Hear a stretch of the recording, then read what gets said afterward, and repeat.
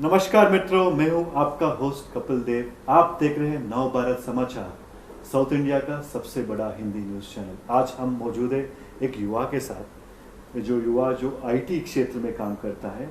उनकी काफ़ी सारी सोच है, बड़ी सोच है, काफ़ी ज्ञानी इंसान है। तो ये ज्ञानी इंसान की हम वार्तालाप करेंगे और जानेंगे और उनकी राय लेंगे आज के दौर के हिंदुस्तान के बारे में।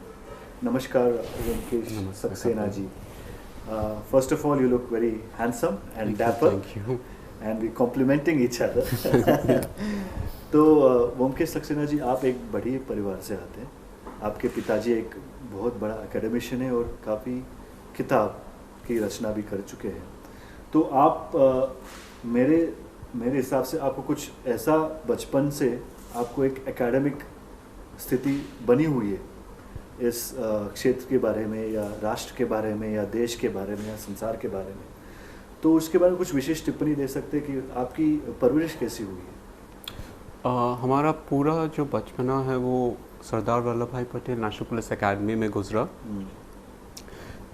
जो कि आईपीएस ऑफिसर ट्रेनीज का ट्रेनिंग जो जितने कैंपस आईपीएस जी हिंदुस्तान के जो हैं वो यहाँ पे आते हैं और 45 वीक्स की इनकी ट्रेनिंग होती है। उसी के बाद वो सर्विस में जा सकते हैं। सो ये जो कैंपस है, मैं स्पेसिफिक्स पे आता हूँ कि एकेडमिक्स का क्या है। हमारा सारा जो बचपन है वो इसमें गुजरा कि यहाँ की जो लाइब्रेरी है जी, वो 1 लाख से ज़्यादा बुक्स हैं वहाँ। 1 लाख से ज़्यादा। यस, अपार्ट फ्रॉम मल्टीमीडिया, तो हर तरह की बुक्स, हर तरह की book, social, from management to science, any book you say, वो वहाँ पे आपको बोलते। तो हमारा सैटरडे संडे हमारे फादर के साथ लाइब्रेरी में ही घूमता था। तो हम गालिब भी पढ़ते थे, पोएट्री भी पढ़ते थे, इंसाइक्लोपीडियाज भी पढ़ते थे। तो बहुत अच्छा गुजरा वहाँ पे जो समय जो गुजरा। बहुत ही ज्ञानी जो लोग, फैकल्टी वहाँ पे जो आती है, क्योंकि उनको आईपीएस ऑफिसर्स को ट्रेनिंग देनी है। तो काफ़ी टैलेंटेड, काफ़ी एजुकेटेड एंड काफ़ी फॉरवर्ड लुकिंग एकेडमिशियंस वहाँ पे आते हैं जिनसे हम इंटरेक्ट करते हैं। एंड मोर ओवर वहाँ पे जो वीआईपीज़ जो आते हैं, I won't say VIPs, VVIPs, whether president, prime ministers, chief ministers of this thing, countries, other countries के भी आपके जो जैसे भूटान के प्रिंस हो गए। तो आप बचपन में इनके साथ या इन लोगों के लेक्चर सुन के, इन लोगों के व्यूज़ सुन के ही हम लोग बड़े हुए हैं। तो आप बचपन से ही काफ़ी बड़ा एक्सपोजर मिला आपको? काफ़ी बड़ा एक्सपोजर मिला, काफ़ी पॉलिटिकल, चाहे पॉलिटिकल लोग हों, चाहे साइंटिस्ट्स हों, वेदर इट्स अब्दुल कलाम हो, ये सब एकेडमी में आके अपने लेक्चर्स, हालांकि आईपीएस प्रोफेशनल्स के लिए होता था। तो आपको अब्दुल कलाम जी से भी मुलाकात हुई? बिल्कुल, उनसे आपके इंसान कैसे थे अब्दुल कलाम जी? वेरी सिंपल, वेरी, आई से, मतलब आप उनको देख के कह ही नहीं सकते ये प्रेसिडेंट ऑफ इंडिया है। आपका उनका इन्फ्लुएंस आप पे रहा ऐसा कुछ, ऐसे उनकी पर्सनालिटी का? नहीं, ऐसा नहीं रहा, बिकॉज जो मेरा जो फील्ड है, जो मेरा फिज़िक्स की तरफ ज़्यादा रुझान है। तो हमारे जो, हालांकि वो भी साइंटिस्ट हैं वो भी मिसाइल डेवलपमेंट में थे, लेकिन थोड़ा फिज़िक्स की तरफ ज़्यादा था। तो हमारे जो रोल मॉडल्स थे वो डिफरेंट थे। तो आपका बचपन जो पुलिस ट्रेनिंग एकेडमी में गुजरा है, जहाँ अलग अलग राष्ट्र से लोगों के साथ, हाई ऑफिशियल के साथ आपकी इंटरेक्शन हुई, या 1 लाख जितने लाइब्रेरी के बुक्स आप पढ़े हैं और गालिब पढ़े, काफ़ी चीज़ पढ़े हैं, तो समझता हूँ कि आप 80 या 90 के दशक की बात, 90s की बात, जहाँ पे ये इंटरनेट की दौर नहीं थी, इंटरनेट या सोशल मीडिया की दौर नहीं थी। तो मेरा सवाल आपसे ये है कि आजकल के दौर, जो इंटरनेट का गुजरा हुआ दौर है और सोशल मीडिया, जहाँ पे मोबाइल एक ऐसी नेसेसिटी बन गई इंसान के लाइफ में, जहाँ पे लोग इन्फ्लुएंस हो रहे हैं सोशल मीडिया प्रति, या न्यूज़ या ऐप समझ लीजिए, या सेंसेशनलाइजेशन ऑफ थिंग्स बोल दीजिए।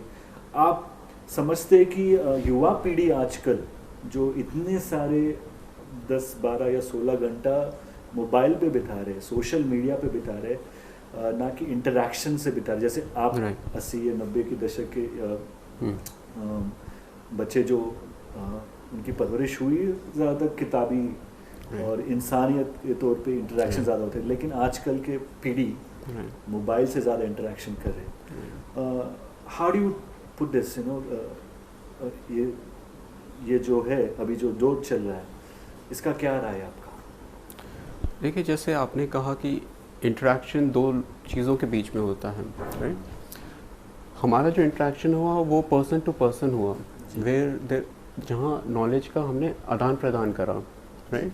गुरु शिष्य परंपरा की तरह कह सकते हैं। लेकिन आजकल जो इंटरेक्शन है ये वन वे है, यानी आप जो इंटरेक्ट कर रहे हैं डिवाइस के साथ जी, वो वेदर आपके ओपिनियंस हो या आपका जो नज़रिया है वो राइट जगह जा रहा है कि नहीं, वो आपको नहीं पता है। आप सिर्फ एक दूसरे से ऐसे ही बात करे जा रहे हैं। आप रोबोट से बात कर रहे हैं, वो भी आपको नहीं पता। आजकल रोबोट्स और बॉट्स जो कहते हैं वही इतने इंटेलिजेंट सॉफ्टवेयर हो चुके हैं कि वो आपसे बात करते हैं। जैसे कस्टमर सर्विस के अंदर आजकल रोबोट्स आपसे बात कर रहे हैं, तो it's more of A robotic conversation with people rather than N interaction. Moreover, जितना टाइम हम स्पेंड कर रहे हैं इन इंटरेक्शंस पे, ये तो एक्सपर्ट्स भी कहते हैं कि ये मेडिकली भी बहुत आप पे असर देता है। और जिस तरीके से आजकल के यूथ बहुत ज़्यादा वल्नरेबल है psychologically, they are very sensitive towards things nowadays. जो आज का यूथ है बहुत सेंसिटिव है, बहुत सेंसिटिव है, and you can break them easily, you can mould them easily and you can break them easily.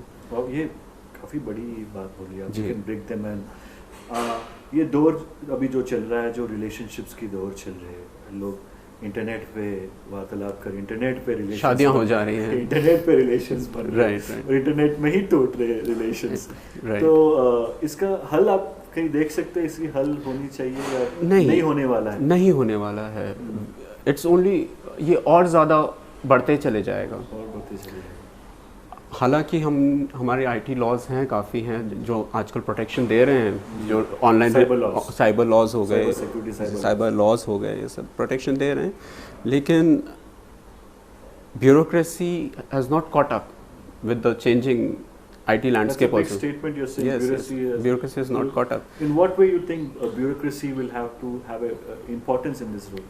कैसे ब्यूरोक्रेसी की चीज़ संभाल सकती है? देखिए, पहली बात तो इसको समझना इम्पोर्टेंट है कि जैसा मैं समझता हूँ कि अरब देशों में कई ऐप्स बैंड है, राइट, या चाइना में देख लीजिए तो कई ऐप्स बैंड है, इंटरेक्शन बैंड है।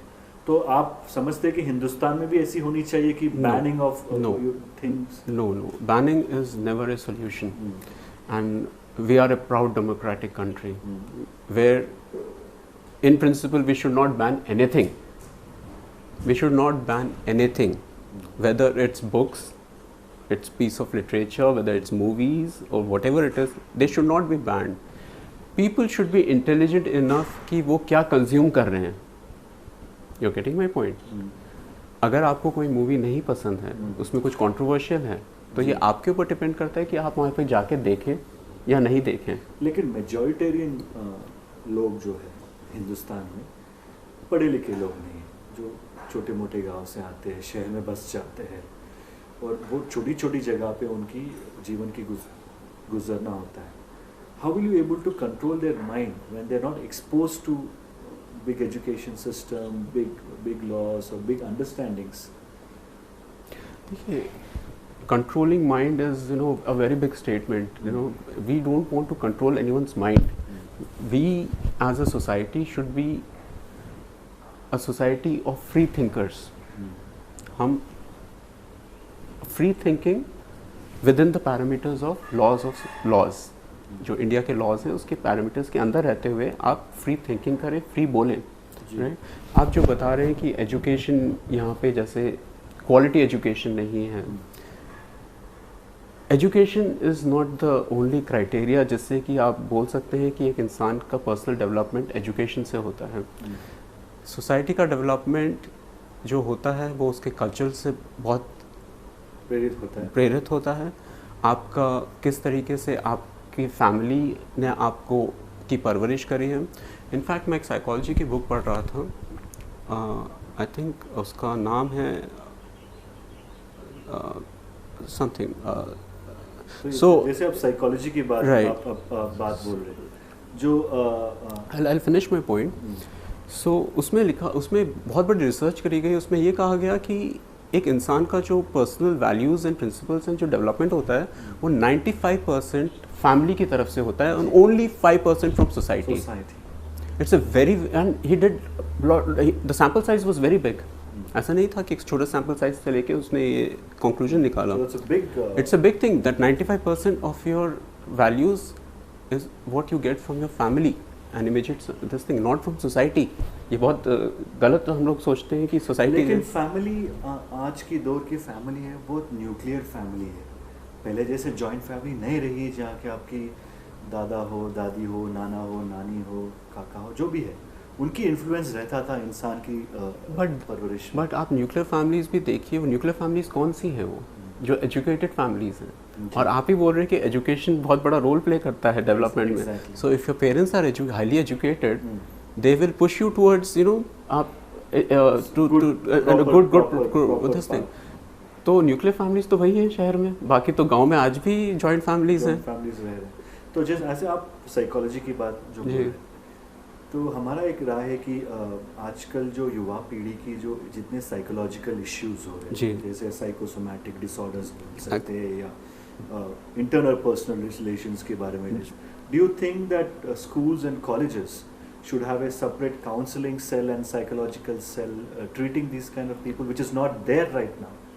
Oh yes, in fact good schools have these facilities, लेकिन yes NGOs and जो public health workers हैं they should voluntarily have interactions with these youth either in schools or at college levels, and already हमारे पास helplines हैं which students don't know about.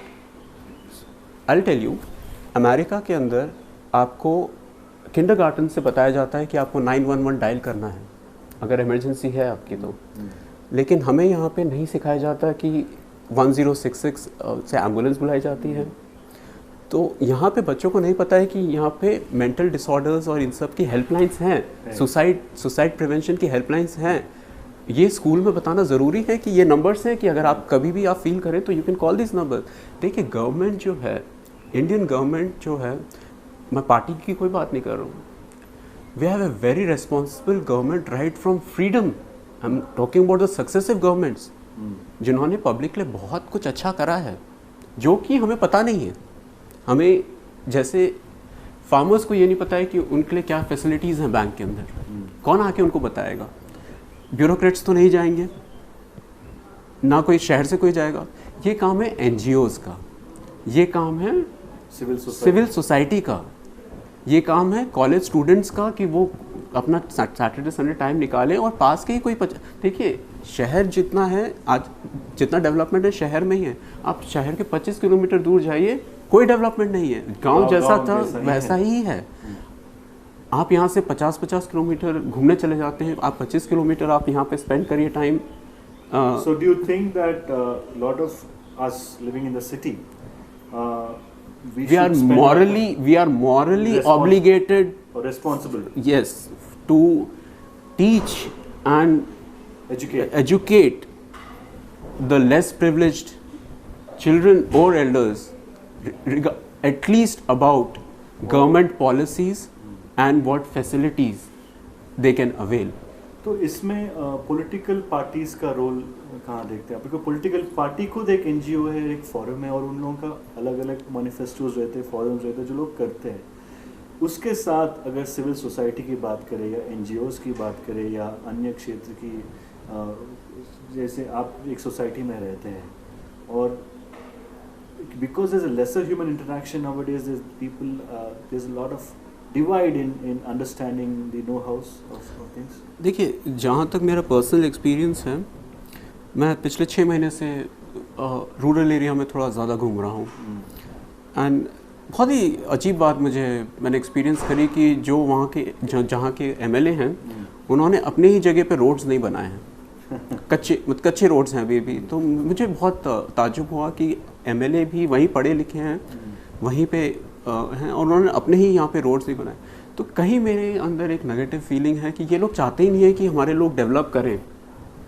आप ये मानते हैं कि पॉलिटिशियंस, ये मेरा पर्सनल एक्सपीरियंस है, मैं जनरली नहीं बोलूँगा, जो मैंने एक्सपीरियंस करा कि ये लोग चाहते ही नहीं है कि हमारे कॉन्स्टिट्यूंसी के लोग आगे बढ़े, जिससे कि हमारा वोट बैंक जो है वो बना रहे। अगर वो गरीब रहे, जो वोट बैंक है वो बना रहे। Exactly the political divide system. So तो हालांकि पॉलिटिकल पार्टीज के काफ़ी ग्रास रूट वर्कर्स होते हैं, गांव में होते हैं। आई थिंक वो सिर्फ इलेक्शन कैनवासिंग के लिए ही ठीक हैं क्योंकि उनको खुद नहीं पता है कि गवर्नमेंट की पॉलिसीज़ क्या हैं। वो एक तरह से they are just paid workers, paid worker. ये काम है हमारी सोसाइटी के इंटेलेक्चुअल्स का, ये काम है हमारे एजुकेटेड जो एकेडमिशियंस का, कि ये लोग जाके अपनी रिस्पॉन्सिबिलिटी समझें। ये नहीं है कि रिटायरमेंट के बाद ये काम करेंगे।